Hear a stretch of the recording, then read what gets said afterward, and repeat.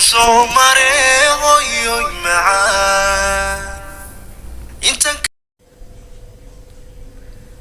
السلام عليكم ورحمة الله وبركاته أصحابتي نقالي قوادي سلامين ملك جوكتا سومالي وين حد الله السلام عليكم ورحمة الله وبركاته كسو دوادنا والكوكين أصحابي ملك جوكتا مر لبعض وين سلام يا وحنا قصو برتاي أصحاب بدن وعصوب أصحاب بدن عصوب حد الله ملك جوكتا مهد سندين ود مهد سنتين تاوشدينا لايقينا كومنتينا واحد استاد نسيسان عد ياد بد مهد سنتين وحيد الله وذاك يا شكير وقابن sheekadii maalintii dii soo gudbiyay wiilkii Soomaaliga ee xanuunsanayay ee 35 sano maxkamadda hor fadhiyay wiilkii baa beejkiisa labaad iyara ka soo qaadayna insha Allah oo gaaban wiilkii sheekadiisa markii hore cidimo ogaan 35 sano kadib ayaa dhaweyd baa TV-ga oo Soomaaliga uu ogaaday oo bishan hadda ku jirnay 2022 ayaa la ogaaday wiilkii markii la ogaaday Soomaali Maxamed markii ay ka daawadeen adduunka daafihiisa oo internetka la galiyay oo sheekada ay baahday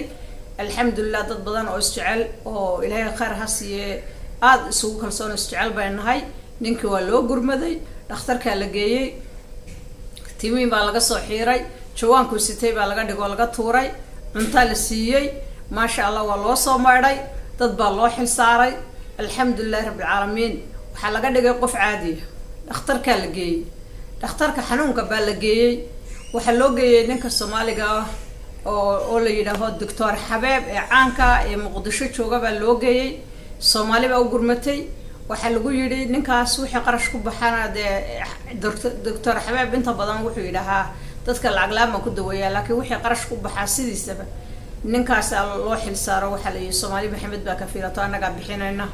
markiiba timi baa laga soo xiray cunto ku filan baa la siiyay dad baa loo kafiishay dhakhtarka la geeyay dhar baa loo soo iibiyay loo galiyay waa loo soo maydhay alxamdulillah aad iyo aad baa markii dambe hawshiisii aad baa wax looga qabtay nin jooga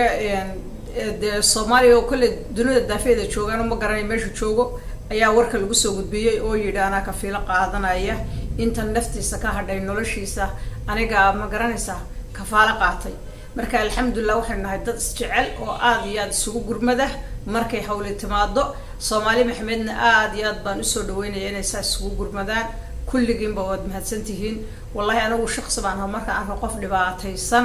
oo maalinta fadhiga looga kaco aad iyo aad baan sida maartay loogu gurmanayo aad ugu mahadsantihiin oo aan u jecelahay gurmashadiina runtii inaga mooyaan wax isku gurmada adduunyada ma joogan gaal iyo islaam toona ma jirto laakiin alxamdulillah Soomaalidu si kasta aan burburna u baabaan wax iska keen xiga ma jiraan waynu wada dhalanay waynu isjecelahay waynu iscaawinaa fadhiga la isaga kacaa markiiba wax la isla qabtaa wax ka wanaagsan oo ka sharaf badan ma jirto caalamka kama dhicin Soomaali mooyaan wax sidan isugu gurmanaya caalamka kama dhicin wala isticaayadayay internetka la isku dacaayadayay weel reer konfara kelmad soo gudbiyo wuxuu yiri reer waqooyigu ninkooda waalan ee u waasha jacayl dartii taariikh uu leeyahay xabaashiisa waa la siyaartaa ama qabrigiisa waa la soo siyaartaa adduunka intuu ku noolaa yani dadkii bar hore ka dhintay ee jacayl dartii u dhintay wiilka reer konfarka baa oranaya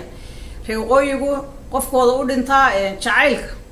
way siyaartaa qabrigooda buug bay ka qoraan sheekadiisa weligu way hadal hayaan qabrigiisa soo siyaartaan meesha uu ku dhintay magac dheer bay leedahay laakiin oo uu ka soo qaatay marka magac ahaan cilmi boodhari uu soo qaatay ninkii boodhari ahaa wadarkiisa buu taariikhdiisa maanta halkay joogto intaasoo sanadood buu mootay yahay meesha ku dhintay taariikh bay leedahay buug baa laga qoray heesaa lagu mariyay suugaan gabayo waxaas oo dhan baa reer waqooyigu ka sameeyeen buu yiri annagana reer koonfur haddaan nahay 35 sano baa nin xanuunsanaya uu magaalooyinka magaalo kamid ah uu ku noolaa dariskiisa mooya wax ogaana muu jirin gabay baa tiriye wax ogaa maba jirin buu yiri marka alxamdulillah inagoo Soomaaliya oo isjecel isku gurmayna aad iyo aad baad mahadsantihiin dhamaantiin waxaan idin la intaas idin la wadaagayaa inteena bugta Ilaahay inoo caafiyo inta caafimaadka qabta Ilaahay inoo siyaadiyo Soomaali dhibaato ka daashay aakhira iyo adduunka ba is seejiye oo carro gali carro adduunyada inta ka dhaceen bay ku baabeen Ilaahay Soomaaliya soo ururiyo bogan Ilaahay burcada soo keen mariyo jacaylka aynu isjecel isugu gurmayno Ilaahay inoo siyaadiyo wax kala garamaaye alxamdulillah Ilaahay inoo siyaadiyo indagaba Soomaaliya oo Soomaaliinta ka dhalanay مسلم الحمد لله والله والحمد لله إنك مويانا واحد الدنيا ده وحيس صيام ما تشرو الدون كواحد الباب كيسكسو دايا ما تشرو الدنيا ده وضعتنا عربها نقطة قالها نقطة لبها بين كبضا نقف كمارة مسود ويان أم سد حبين وقبضنا كذب ده شبكة قريبة لدي يوم ماشي كعو شقته جو وحراتسو أما ده قرقي واقعد ما ده أنت سبكو هين كبضا أنت أكو ما هين كرم إنك أنا Soomaali bismillah dhiigeena waxba ku jira qof kasto Soomaali dayacana wala cid looga tagaya wala dibad baa loo tuuraya guriga lagu haynaya waxaynu qaban karnaa qabanayna marka aad iyo aad baad ugu mahadsantihiin aniga like-gayga sharkayga iyo comment-gayga quruxda badan ee soo qortaan ee dhiirigelinta leh aad iyo aad baad ugu mahadnaqayaa asxaabteena qaaliga aad badagtida qaali watiina insha Allah tasadila wadaagaya assalamu alaykum wa rahmatullahi wa barakatuh